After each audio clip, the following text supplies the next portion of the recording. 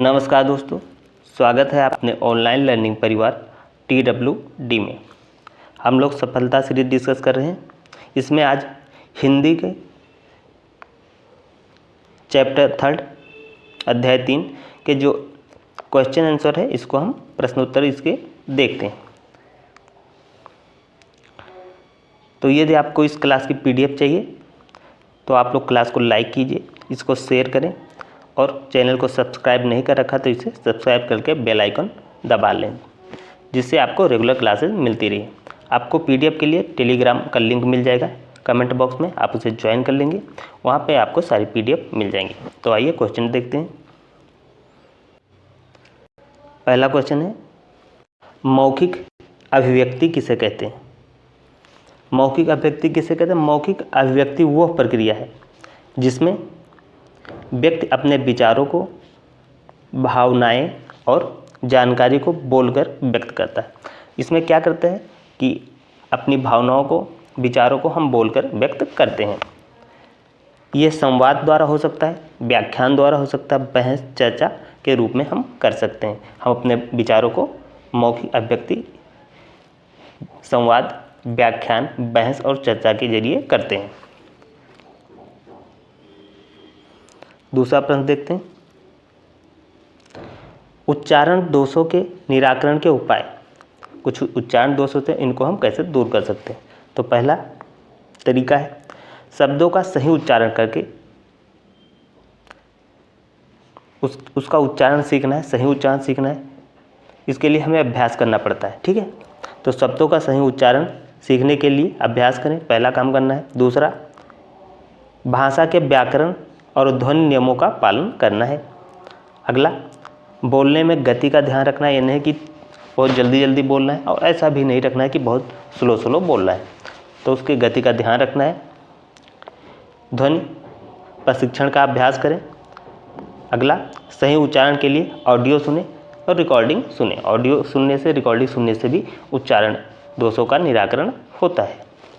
आइए अगला प्रश्न देखते हैं, लेखन अभिव्यक्ति किसे कहते हैं? लेखन अभिव्यक्ति वह प्रक्रिया है जिसमें व्यक्ति अपने विचारों, भावनाओं और अनुभवों को लिखित रूप में व्यक्त करता है। इसको व्यक्त करने के लिए कई तरीके हैं, जैसे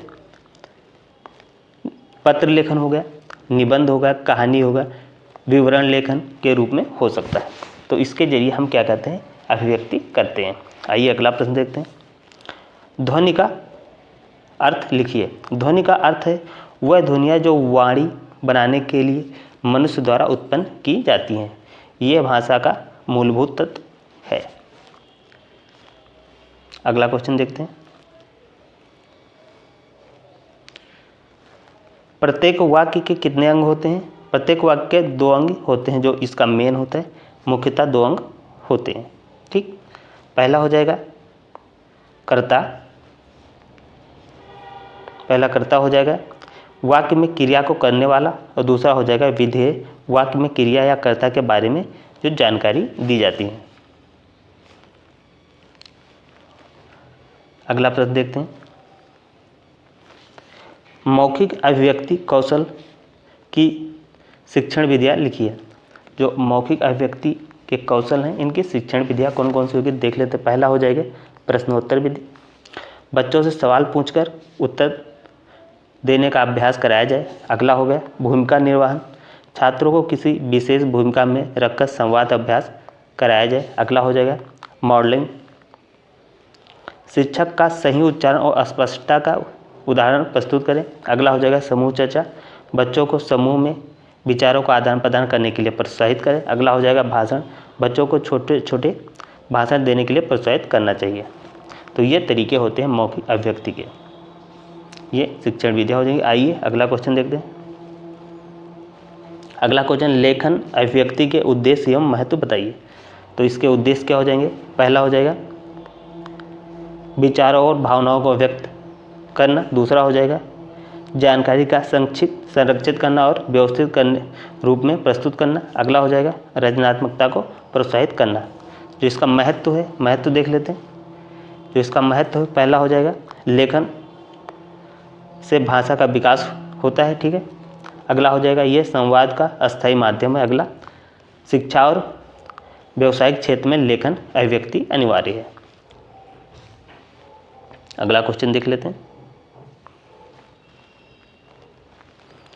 ध्वनियों का विस्तार पूर्वक वर्गीकरण कीजिए। हिंदी में ध्वनियाँ दो वर्गों में बांटा गया है। एक होता है स्वर और दूसरा होता है व्यंजन। हिंदी में स्वरों की संख्या कितनी है? हिंदी में स्वरों की संख्या 11 हो जाएंगी, ठीक। और व्यंजन कितना हो जाएगा? व्यंजन कितने हो जाएंगे? व्यंजन हो जाएंगे 47, ठीक है। व्यंजन ध्वनियों को 5 वर्गों में विभाजित किया गया। कंठ जैसे क, ख, ग, घ। दंत जैसे द, ध। ओंठ जैसे पा, फा, बा, भा। तो ऐसे इनको 5 वर्गों में क्या विभाजित किया गया है। अगला क्वेश्चन, शब्दों का वर्गीकरण कीजिए। इनको 4 भागों में बांटा गया है। पहला हो जाएगा सार्थक शब्द। सार्थक शब्द क्या होता है? जिनका निश्चित अर्थ होता है। अर्थहीन शब्द, जिनका कोई अर्थ नहीं होता है। समानार्थी शब्द, जिनका अर्थ समान हो। विलोम शब्द, जिनका अर्थ विपरीत हो।